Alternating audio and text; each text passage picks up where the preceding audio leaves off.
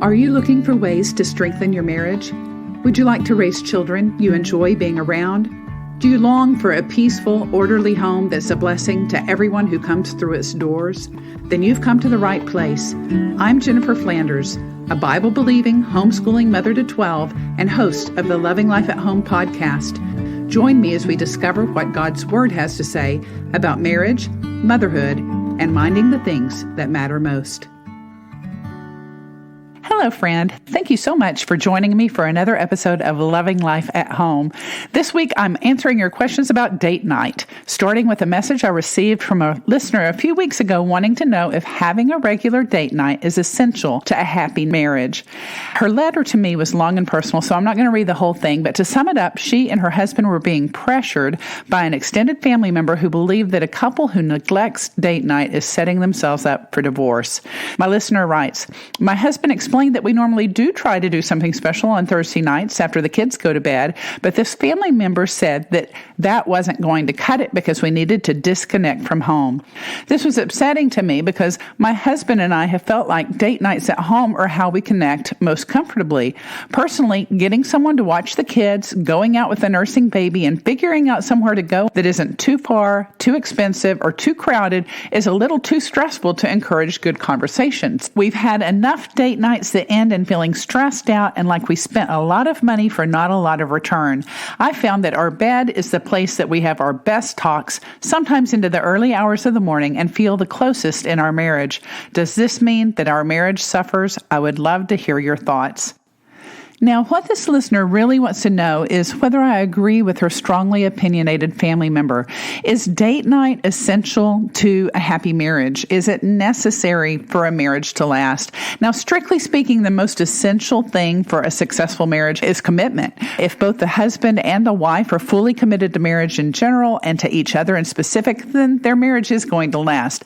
But most of us want our marriage to do more than just survive. We want it to thrive. And I do believe that regularly nurturing your relationship with your spouse is vital for the health of your marriage. Time together is important. But there's a big difference between saying a date night is a smart way to nurture your marriage and saying that without it, your marriage is doomed for divorce court. I don't believe that at all. And the form that date night takes is entirely up to the couple in question. I have friends who seldom ever miss date night, and they go away with their husband one or two, sometimes 3 or 4 times a year as well. And for some couples, the only way that they can ensure concentrated, intentional time together is to establish that weekly date night away from home. And for those couples, their marriage might indeed suffer if they cut out that practice. But date nights, while they can certainly facilitate the goal, having regular nights out on the town or weekends away from the kids is not the only way to nurture your marriage or to spend quality time together. And you're never going to find in the Bible a verse that says, "Thou shalt not neglect weekly date night." You will find verses saying not to neglect other things that married couples should be doing, but you're not going to find anything about you need to leave your home and leave your children with a babysitter to go out once a week or you're going to fail at marriage. I don't think that that's the case. If it were, my husband and I would be in serious trouble because out of the house date nights were very rare for us too, especially when all our kids were little. And in 36 years of marriage, I can literally count on one hand the number of weekends away that we have had without at least one of our children tagging along with us. In fact, the first time we managed a weekend away without any children, not even a nursing baby, we were going on a marriage retreat with our church. And when we got there, we found out that they were splitting husbands and wives up. The men were in a cabin together. The women were in a cabin together. So even that was not the romantic getaway that we had envisioned or that you might envision when you hear that we're going away for the weekend. We have a lot more date nights and now in this season of life, though, because our kids are all mostly grown and the others are teenagers and they get involved in lots of things outside of the house. And so sometimes my husband and I look around and realize that we are left alone in the house, and he'll say, "Hey, do you want to go out on a date?" And we will pack up and leave and do that. But for the most part, we really like being with the family, and that's how we've chosen to do things. But in those same 36 years, we have set aside time daily to throw the latch on our bedroom door and spend time as a couple talking and praying and doing what couples are commanded to do in Scripture. So in that sense, we've had very intimate, meaningful dates nearly every day of our married life. And like my home-loving listener and her husband, we believe the quietness and privacy of our bedroom provides a better setting for good conversations than noisy restaurants or crowded movie theaters. If you, like we, have found a way to make sure that you're regularly pouring into your marriage without leaving the house or paying a babysitter or battling big city crowds and traffic, then more power to you. But if you like going out and you feel like that is the best way that you can nurture your marriage and spend quality time together as a couple, then that is fine too. It really is up to the couple involved. Unfortunately, sometimes couples are not on the same page as to how best to nurture their marriage. And I've gotten a couple of letters from ladies that have found themselves in this situation. So I'm going to answer those today too. One writes, "Dear Jennifer, what do I do when my husband doesn't see eye to eye with me on cultivating our marriage? I have brought to my husband's attention numerous times in playful ways, trying not to nag, that I would love to go on a date with him again. I can't remember the last time we did. His response is generally a chuckle followed by a comment that we will when we have the money. It's been a couple of months now. No dates, no change. He is only really amorous when he or I initiate intimacy. We have friends I know who would watch our children for free, and we've done the same for them, but I fear that if I give up on him initiating this and make all the plans myself, I will just resent him for not being the man and doing it himself. I don't want to whine to him. I pray about it, and I ask God to make this a priority to him, but I've also prayed that God would change my heart to be content with the romance and the mundane. It's not as easy a fix as I hoped. He was so romantic and creative when we were dating. Homemade desserts, hikes, galas, long chats, and long walks, and he always initiated it, which I loved. How do I get that side of him back? Any suggestions are most appreciated." Have you ever felt like this, wife? Frustrated that your husband won't take the initiative in planning date nights? There is an easy fix for this problem. Just take over the planning yourself. Reading between the lines of this woman's letter that I abridged for this podcast, I could almost hear what was going on in her mind. And maybe you've entertained thoughts like this yourself. If my husband really loved me, he'd understand why date night is so important to me. Or maybe if he really cared, he would see how desperately I need a break. Or our relationship is obviously more of a priority to me than it is to him. Otherwise, he would want to nurture it too. Or maybe planning dates is really my husband's responsibility. It won't mean as much if I do it. Or maybe you're thinking a real man would want to romance his wife after marriage as enthusiastically as he did before. Or perhaps you're thinking, if I give in and start planning our dates myself, he will lose all initiative and never plan another one. But let me just say that all these thoughts are lies straight from the pit of hell. Don't listen to them. Satan loves to blind us to all the wonderful things our husbands do by focusing our attention on what they don't do. Please don't fall prey for that trick, or else the hurt that you feel right now is going to grow and fester until you're completely overtaken by bitterness and malcontent. It was obvious from the omitted details of this woman's letter that her husband is very devoted.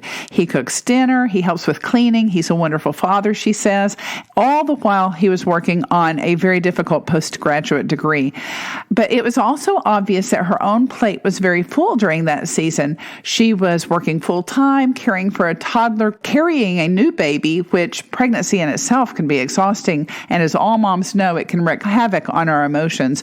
But maybe you've had similar stressors in your life. If so, just please accept the fact that you are in the midst of a very demanding time of life and that all those present challenges will eventually pass. And they'll probably be replaced by new challenges, but the point is it does not last forever. You won't always be deprived of sleep. Your husband will eventually finish his degree or get a promotion or whatever the case may be. Your pregnancy hormones are going to dissipate once you deliver your baby. Your husband may even rediscover the creativity he put to such good use when you were dating once his schedule is not so busy. In the meantime, I recommend that you just stop hinting and start acting. If you're desperate for a date night with your husband, then go ahead and plan one yourself.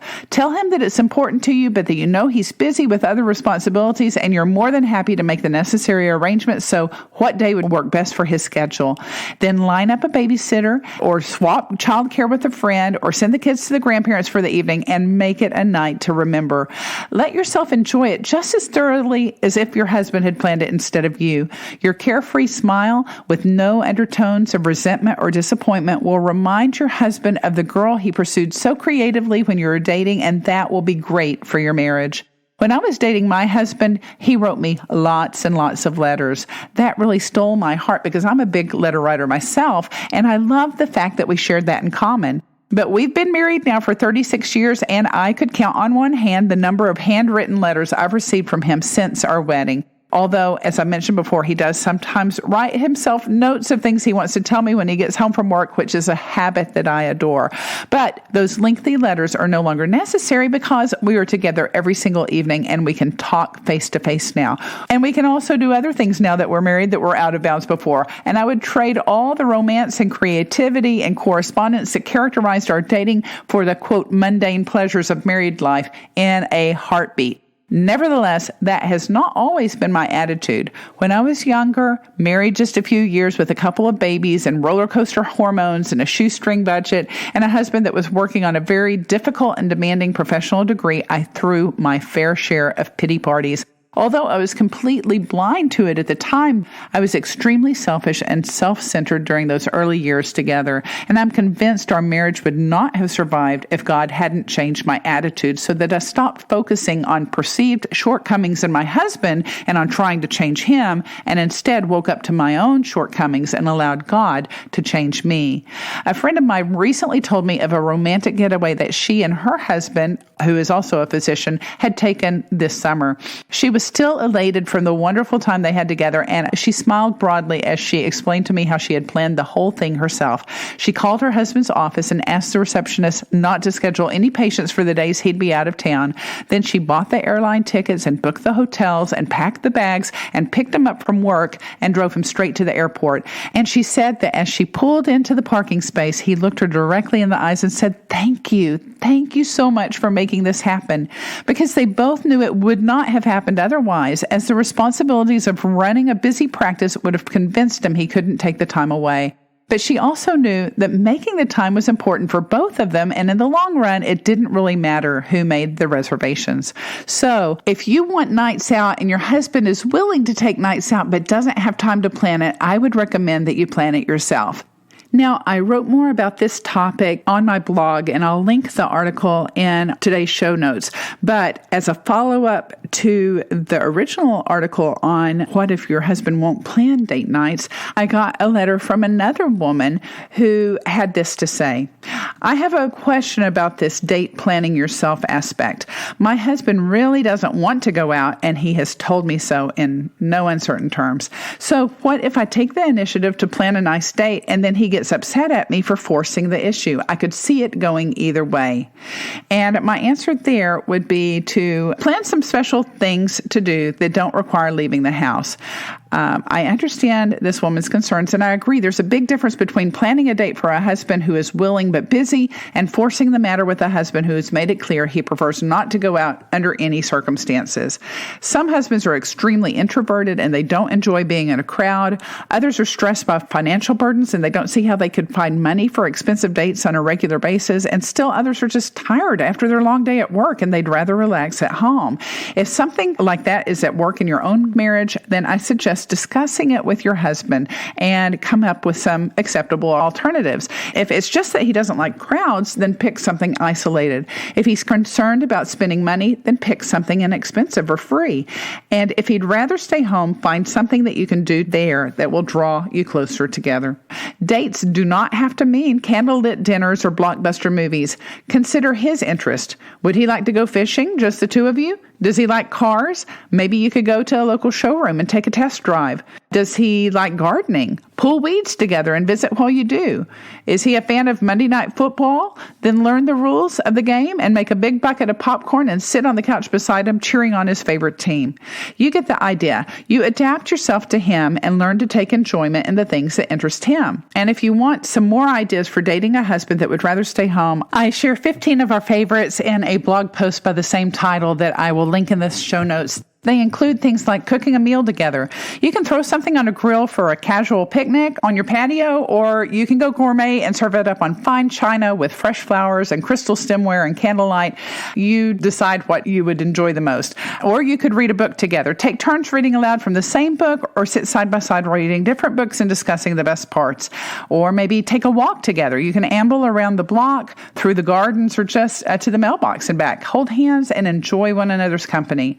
Then another suggestion would be to play a game together. We love bananagrams and chess, Scrabble, or watch a documentary together. Pick a topic that interests you both and learn more about it. Or if documentaries aren't your thing, try a foreign film with subtitles. One of our favorites is Life is Beautiful. Such a great movie. Then another suggestion is set some goals together. Where would you like to find yourself in 12 months or in 5 years or 10 years? What would you like to do, or what do you need to do right now to make those dreams a reality? That's great questions for discussion. Or maybe do a project together, whether it's changing the oil in your car or cleaning out the garage or taping off a room and giving the walls a fresh coat of paint. Find a task that needs to be done, then tackle it as a team. Then another idea would be to get some exercise together. Try a new workout video or see how many jumping jacks or sit-ups you can do. You can hold his feet and count for him, then trade places and let him do the same for you. Another idea is to reminisce over old times together. Break out the photo albums or the scrapbooks or family movies and go through them page by page and frame by frame. Which memories are your favorites and what do you hope to never go through again? Then another suggestion would be to take a bath together. A long soak in the tub is very relaxing and provides a great opportunity for talking about your day. Or if you don't have a bathtub big enough for the two of you, try taking a hot shower together. Another idea would be to gaze at the stars together. Head outdoors once the sun goes down and admire the full moon or watch shooting stars. You can sit on the porch steps or break out the long chairs or relax in a hammock and soak in the sights and sounds of the evening. Or throw a quilt on the ground and just lay on the ground and watch. If you have access to a good telescope, so much the better. And then another idea is to plan a vacation together. If you could travel anywhere in the world, where would it be? Get out a map and chart a course. Google your destination and discuss what kind of activities you do once you get there. Research has shown that planning a trip is half the fun of going, so enjoy this process, even if it's unlikely that you'll actually take that trip anytime soon.